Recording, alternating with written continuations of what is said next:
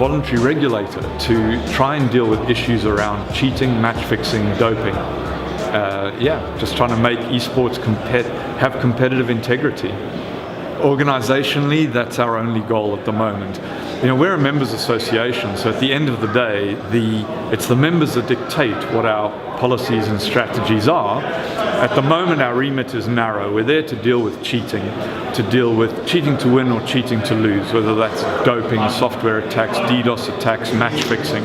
If the members wanted us to do other things, so for example, deal with child protection or event safety, of course we would take that on, but at the moment we're keeping it narrow. If you don't have competitive integrity in any sport, but esports it operates exactly the same way, people lose trust in the product and your product loses credibility. And if that happens, the whole commercial side of this disappears, the livelihood of the players, because people don't believe what they're watching is real. And so you either have to deal with this as an individual esports company, or you have to tie into a system that deals with it for you, that is consistent across the ecosystem. And I think that that's what we bring to the table, is experience, consistency, the fact that you're tied together in a common cause with all esports companies rather than just your own mission as your own company. The biggest issue by a million miles is match fixing, because alongside the unparalleled growth in esports itself is unparalleled growth in betting on esports. And match fixing is driven by betting fraud. It's the ability to turn a bet into an investment by manipulating the outcome. So turning something that should be uncertain into something that is certain. And you do that by deliberately losing. And there's a lot of money to be made in this, and esports is pretty poorly prepared to react to this, and it's our mission to make sure that competitive integrity is retained. That's the biggest problem at pro level, because cheating to win using software and that sort of thing, DDoS attacks, that's actually easily detected and well dealt with. It's spotting somebody deliberately underperforming is difficult. Much harder to tell when someone's not trying their best than to tell when they're cheating. The reality is that what we'd like to do over the next couple of months is what we do now, but better and with more people. I really don't want to expand our remit, because there's a job to be done here, now, in this area. And what I would really like to do is firstly get better information on the betting side, and we're working very hard on that.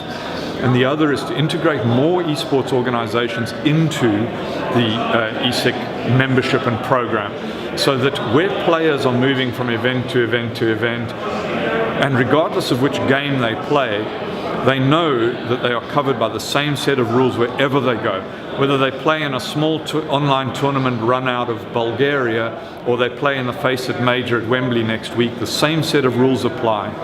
And that's our ultimate mission, and we've got a long way to go to make that the reality in the esports ecosystem, and that's what we're going to continue to focus on doing. The industry needs to set standards in certain key areas that apply whatever your game is, whatever level, whatever prize money. The one is competitive integrity, which is what we do. The other is youth protection. We have a young demographic, and we've got to look after to protect youth from the dangers of all sorts of activities. And the third thing is live event safety. We had an awful incident in Florida, in Fort Lauderdale, just a week ago. And it actually, in a sense, was lucky that was a 50-person event and not a 40,000-person event, where it could have been so much worse. And the problem is the industry hasn't addressed these core areas, which are common to every game, of whatever level, as an industry. Some companies have addressed it, some have not. Some are halfway, some have okay measures, some have good measures, some have no measures. It's a mess. And sooner or later, somebody's going to come along and impose standards on the industry, unless the industry imposes standards on itself. It either self-regulates, or someone's going to come and regulate for it, and they will hate it, and it will be terrible.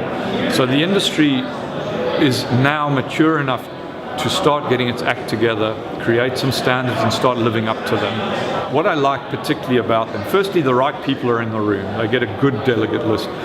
Secondly, you don't have to spend so much time explaining what esports is. The vast majority of conferences I go to, you have to really start at an esports 101 level, and to be honest, I'm just bored with it.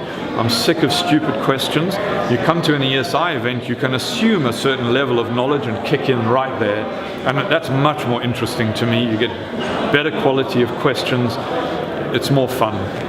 It feels like really hectic. I've seen a lot of people that I usually see, but at the same time I've had 2 meetings this morning already, albeit brief, with new betting operators with some new interesting ideas that were really interesting, and something I need to think about more. But it's that kind of surprise engagement that I like about these kind of events, is meeting people I haven't met before with ideas I haven't heard before, and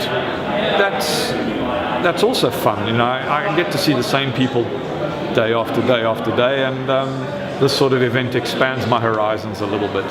I think getting the right people in the room is the trick here. You don't need to do anything new. What you have to do is make sure that the right level of person from the right company is there, so that the event is valuable and meaningful, because that becomes self-sustaining. And so far, the ESI events that I've been to have started off in the Fnatic bunker with 50 people on rickety chairs, through to events of this scale and all. And if they continue that trajectory, people like me, delegates involved, speakers, moderators, will be happy. We'll be fine. The easiest thing in the world to get hold of me is just email ian@esportsintegrity.com.